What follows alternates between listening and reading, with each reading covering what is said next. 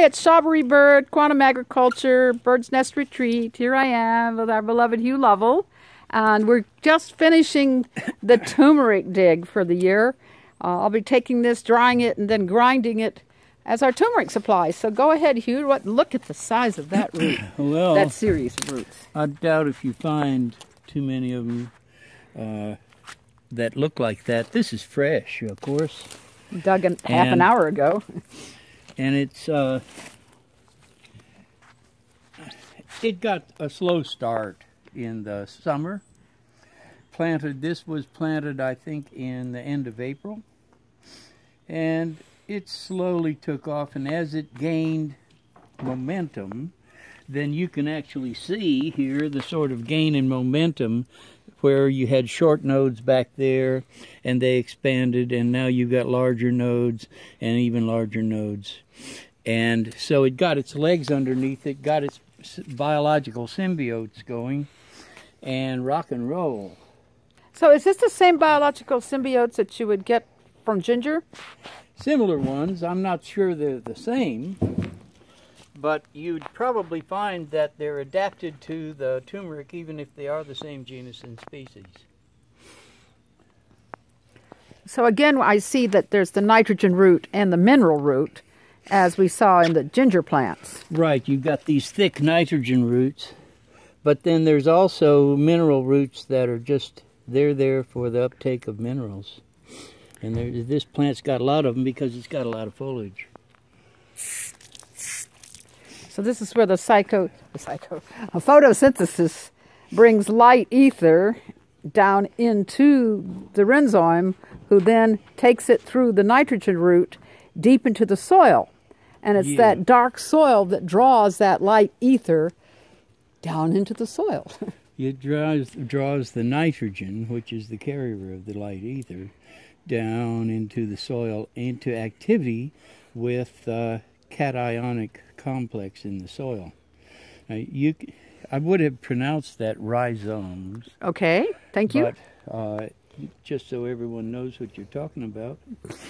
But it's like this plant it's a really interesting and complex plant, and you can see the size of some of those roots there. They're doing quite well at this point. And this is from, well, May, June, July, August, September, October. We're now in November. So this 6-month span, then this grew quite well. Blairsville, Georgia.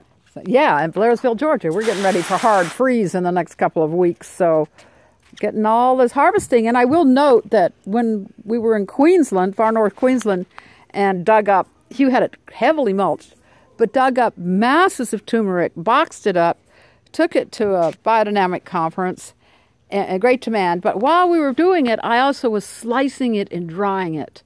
And with 2 hours of slicing and drying, pounds and pounds of it, I could not find a toilet fast enough. So I would recommend that you wear gloves if you're slicing up or handling a lot of it at the same time. Remember that it will affect you in a good way, but it'll affect you.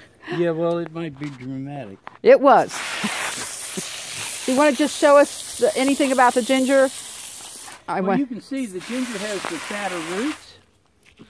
It has the fatter roots, but it has the smaller tops. But I just love this. Look at the size of this ginger. Yeah, some of I mean, them are, amazing. Some of them are quite nice. I've been slicing this and making candied and crystallized ginger, and it's not. Leave it turned over because I have to wash it. Got it. And it's not woody one bit, this ginger. And this isn't from fancy Hawaiian ginger seed. This is straight from the farmer's market last spring. And it yielded beautifully. Of course, biodynamic compost has helped, and the great amount of mulching that Hugh does here. So thank you. Yeah, I didn't really have enough mulch for this one. But you can see how there's a sort of an inversion of things. This one grew in the forest as an understory plant. This one grew out in brighter sun, has much more leaf panel, and is able to concentrate its complexity into the root more, and its effects medicinally can be stronger. And I've noticed also that it's what we would call a calcium jester leaf. Yep. Here, as compared to the leaves of the ginger, which are a silica ester leaf and stalk. Right. So this one is good The at ginger. alleviating high blood pressure. This one here is more of an anti-cancer An remedy. anti-inflammatory. Yeah. Anti-inflammatory. Well, right. we grind it and put it in most of our cooking. Well, it's pretty